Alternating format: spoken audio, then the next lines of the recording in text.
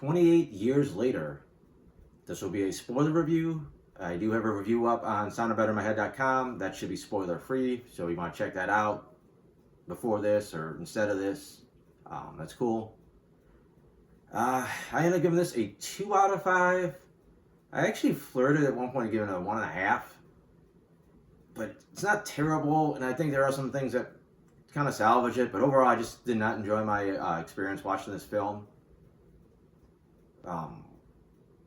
Technically, it is the third film in the 28 franchise. You definitely don't have to watch the first two at all, and it almost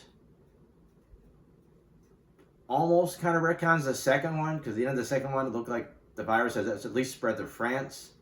There's a little opening narration here with title cards that basically say they were able to defeat it in France, and it just kind of went back to Britain, and then they just isolated it again, like they did kind of during the first film. So basically, the world keeps going on, and this little, section of the world is stuck in, the apocalypse, more or less. I don't care either way. I think I kind of works, I guess, as far as that concept. The movie itself, so it doesn't have to really be a sequel to anything. It's just as long as the idea there about the rage virus. I think the problem the movie does have is that it is really trying to set up sequels, or a sequel at least, and it kind of takes away from this story by a lot of the stuff, especially in the later half, is actually all set up for what's coming later. Like I heard rumors this was going to be the start of a new trilogy. I didn't know that they actually already filmed a second film, so this is like locked in. It's not like they were like, if we get a second film, like they are getting a second film. So they really, especially in the end, they really said, all right, this is all set up. The plot itself vaguely remind me of some bits and pieces of the second 28 film, which is weird because I just said that they basically ignore it. But just, the second film, spoiler for that one if you've ever seen it, there was a point where the kids decided to go into town or the quarantine zone to get some photos of their mother. And in this film, this kid goes to the mainland where it's basically you're not supposed to be with his mother to get her to a doctor. So there's a kernel of a similar idea, which is fine, I guess. And it takes a while for this plot to get going, too, which it's like the first section is about this dad wants to take his son to get him to experience killing infected. It's really vague to what that means. Like, it sounds like they sometimes do send people out there to do something, maybe scavenge, maybe get like wood for their town. I think they kind of imply. They never really say specifically why they send people there or how often they send people there. Just that learning to kill infected is an important skill. So it's really vague what this lesson's really about. But it's fine. It's just kind of coming of age story. Dad seems cool enough with the kid. A couple scary run-ins with the infected, and then that section ends. So that was all right, but it's like, what is this movie about? And then you get to he realizes there's a doctor in the mainland, and his mom needs a doctor, and then you say, okay, this is where the story's going to start. So it takes a little while to get there. It gets a little rough at this point because it's hard to like the mom character because she's basically not all there mentally, so it's like she's not really a character so much because you get bits and pieces of her past because she kind of thinks she's like back, when she was a kid. She thinks she's there with her dad sometimes. She's like confused, like almost like someone with Alzheimer's, except she's a lot younger. So again, it's hard to really get into her as a character because she's kind of a liability, and we know he's trying to help her, but it's like she's not all there. So it's really all on the kid's weight. The whole movie rides on the kid, the whole weight of the film. And he actually does a really good job. I think he comes off as a little naive, but believable. He's really grounded. Like you believe this is a kid trying to help his mom, and he's making a very risky and probably dumb decision, but it makes sense. And I think if it wasn't for him, this whole thing would fall apart. The actor's name is Alfie Williams, by the way, and this is one of the few things he's been in, so he does a pretty good job. As far as once we get into the main plot, it's just okay. A couple close calls. We get into where they're going. apparently randomly have some soldiers show up and have this weird action scene out of nowhere, and then one of them survives and helps the kid and his mom out. So it looks like, all right, we got this little, like, you get someone a little bit better for the kid to play off of. You got like, this guy. Granted, the guy's from the mainland. And he's from like the the outside world, so he knows about the internet and all this other stuff that the kid doesn't understand. But it gives a little bit more, something more for everyone to play off of. Unfortunately, the guy's a douchebag and he doesn't last very long. He introduces a big scary doctor character who actually ends up being like probably the most normal character in the movie. I thought that was a whole really nice bittersweet section with, he gets there with his mom. The guy realizes that the mom's dying of cancer. She don't got much time left, so he's got to put her.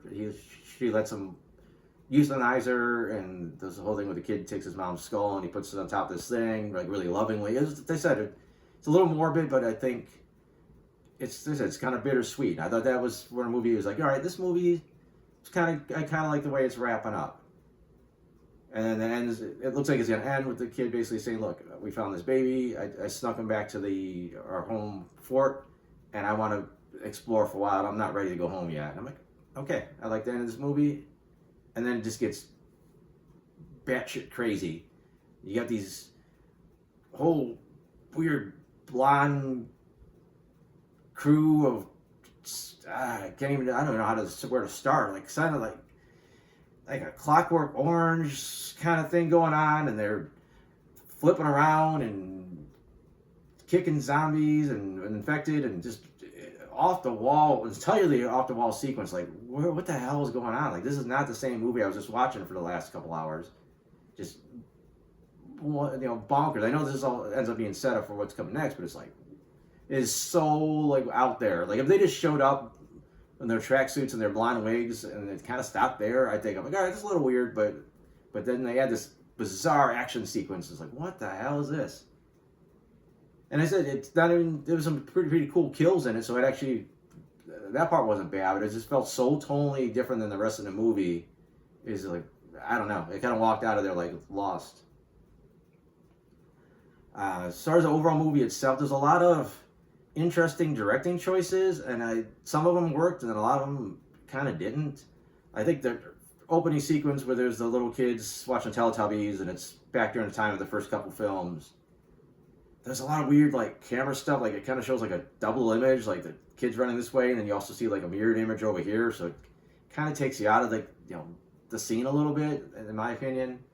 When you get later in the film, when you start getting all these like clips from like old like movies, like almost like stock footage, but I think it is from old movies of like British soldiers shooting arrows, holding off like invaders, and it's not only is it kind of a little distracting, I mean, you tell the director's trying to say something, and it's like, I'm trying to kind of get into the story here. It's just kind of starting, and like, what is this guy trying to tell me? So I can try to enjoy this story, try to enjoy his actual story. So I think some of that, it's all right in the beginning, but they kind of bring it up again. I'm like, I don't know about all this. There's also, they do a thing when just about anytime they shoot an infected with an arrow and kill it, they kind of do this little freeze frame thing. They kind of spin around it. They really make it dramatic. Like, this is like a kill shot. It's almost like a fatality kind of a thing. And it's interesting at first, and it kind of feels like it's really emphasizing the violence of what they're doing. Like, you're these people are infected, but you're still killing them. Like, that's what I felt like. But they did it like every time. It was like the first time the kid had a kill, it kind of made sense because it's his first time seeing this. But I don't know. It looked cool at first, but it's like, all right, feels a little unnecessary. They got like some weird dream sequence and some weird cutaways that almost feel like even the cutaways feel like you're in some weird fever dream. And those are okay. They're sparingly enough, and it's like, all right, it's a little weird, but it's all right. It makes it a little interesting. And then they did this thing with the infected where, what we established before is you get this virus, and it's just, you're filled with rage. And anyone that's not infected, they will attack and bite, and whatever they can do. They maul you, beat you, rip you apart. They're like wild animals. You survive and you're infected, they ignore you, and then you join the party of, ripping people apart. and then the thing was, their only motivation is just to kill anything that's moving, so they really don't eat. So they basically, in the first couple films, they all starve to death, and that stops the spread of the virus for the most part. Here, it's like you got like it's almost like a video game with those different types of enemies. All of a sudden, like you get these fat ones, and at first it looked like maybe they were all like a family, but I don't think so. I think they're just happens to be fat ones that just crawl around and like eat worms and whatnot. Like I don't understand like what was going on there. And then you have the fast ones, which are what we remember from the previous films. And then they introduced the Alpha, which, in a way, the second film kind of had Alpha because when the father character was infected, like he seemed a little bit smarter than some of the other ones. I think he seemed to be like kind of stalking almost. So I think the Alpha is a kind of an extension of that, which I could live with. But they made them like these super muscular caveman looking things, and they're just running after, you know, our heroes with their junk flapping around, which is whatever. This looks kind of silly. They said they especially look like caveman. I kind of felt like the Geico caveman was like chasing after these characters sometimes, and it's like they've all been like out in the field for so long. Like most of them are either completely naked or have tattered clothes, so it almost doesn't feel like infected people chasing them. It just feels like some other thing chase them. Just doesn't really feel like, you know, these used to be people for the most part. Sometimes they're hints. And you get this section where they're kind of oddly splashing around like a stream. Like it's almost like they're having some kind of mini, like I don't want to say society, but almost like how like animals would kind of go like to like a stream and like get water or whatever. Like it's an odd sequence. It's just kind of playing. They all got like a little bit more intelligence than you think.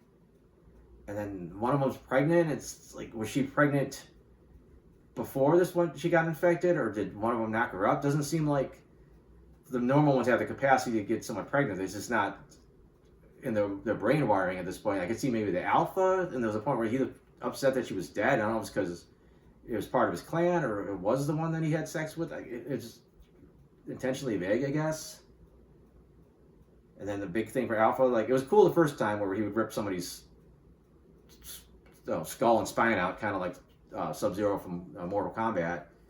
But then that just kind of became his signature movie. He did it like 2 or 3 times in a movie, and it was, like I said, it was really cool at first, and it's like, all right, we get it. You have to rip heads off.